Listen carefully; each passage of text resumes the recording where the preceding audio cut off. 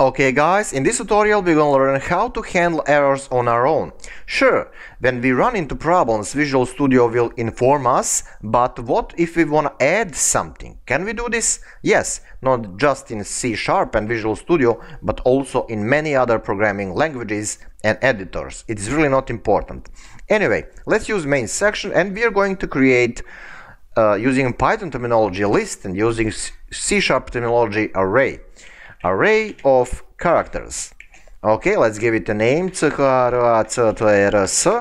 and we're gonna put this between brackets, curly brackets, A and nothing special, B and C, and this must be characters. So that's pretty much enough for experimentation. And now let's use some of these to run into problems. So console.write line, and what are we targeting? Well, we are targeting that array with a character's name, and if we want to grab A, we will put index 0 here, and the result will be totally fine. There you go. But what if you want to grab 0, 1, 2?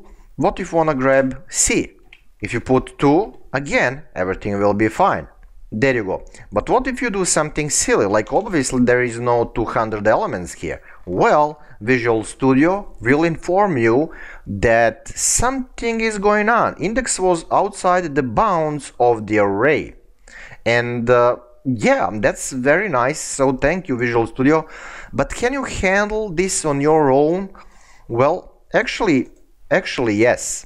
So let me just here use another thing we are learning, and that is try catch block of code.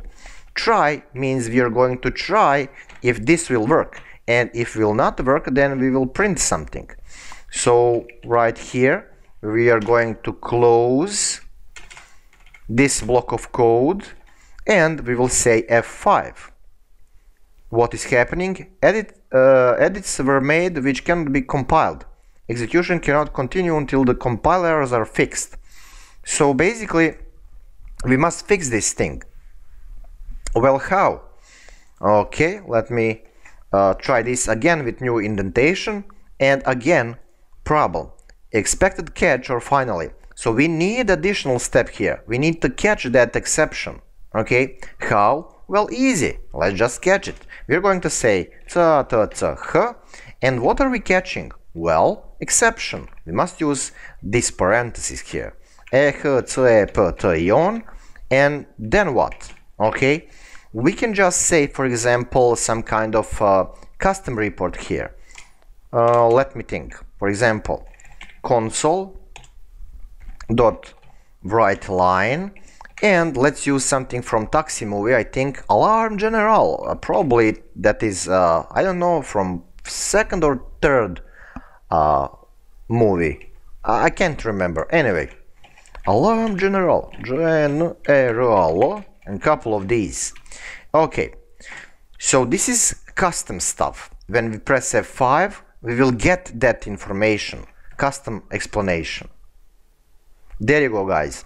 But how useful is that? When sometimes it is useful, sometimes not. Sometimes you need to combine this thing, your own explanation, with Visual Studio explanation. Can you do this? Yes. But then you need to give it a name to this exception, to this error. How? Well, just space and use any letter. For example, A. And then you can use this thing that represents exception to have custom plus generic information. How? Well, console.write line, and here on the left side you can have a little bit of information like details, details, and now you are connecting that with real stuff. So you're targeting this error, okay, but you also need to state message here, message, and now you will get good stuff from both of these worlds. Okay, F5, and there you go. Alarm General, that is your own custom stuff, and details, it is part of custom report on the left side. but you can have it without this. But index was outside the bounds of the array is what Visual Studio is providing to you.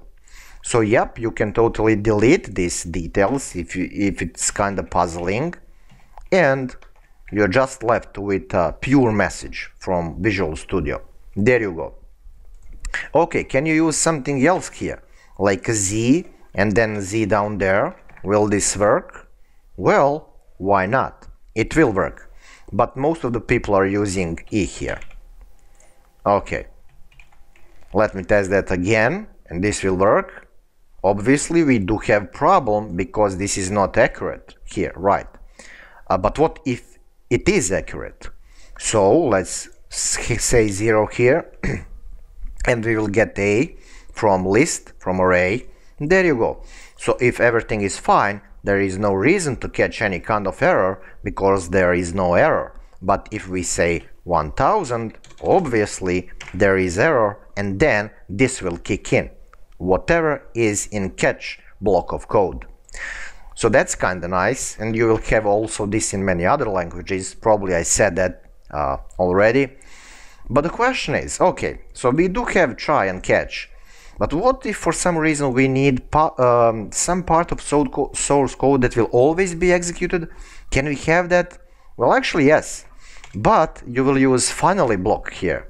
Fin a l y, so 2l, okay, and not 2n, and then operation. So whatever happens with catch or try is not important, because what is in finally, whatever it is, will always, let me repeat, will always be executed, whatever it is. Let's have something here like console.writeLine. This will be new line, and let's steal it, and let's have a little bit of custom header. This will be for let me find hash.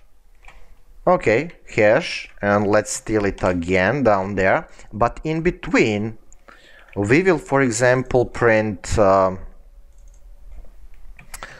okay, just a second, we will print I will be printed no matter what. I will be printed no matter what, and a little bit of symbols here and here, and a couple of them more, just to have like a visual alignment vertically, and this will work. Okay, so F5, and we do have error, okay, because obviously this is right here silly, but we do have whatever is in finally block of code.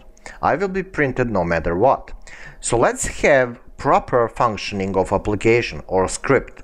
So let's use 0 here. This will yield us totally normal operation. F5, we will get A, but again we will get whatever is in finally block of code. So guys, how awesome is that? And with that story, hopefully you understand this. I'm gonna conclude this basic stuff about C#, and in a future tutorials about C#, we will get into more advanced stuff. So my plan is the next 20 tutorials to work with object-oriented approach. But if you are not sure until now, just rewatch this playlist from tutorial number 1, and I'm definitely sure that after rewatching you will understand these things perfectly and completely. So give me a couple of days to rest a little bit, and we will start rolling with object-oriented C# thingies. As always, support this channel by sharing, subscribe, and yeah, source code will be available tomorrow on my website, and that is confirmed, but I need to sleep a little bit. Thank you for watching, and see you there. Ciao.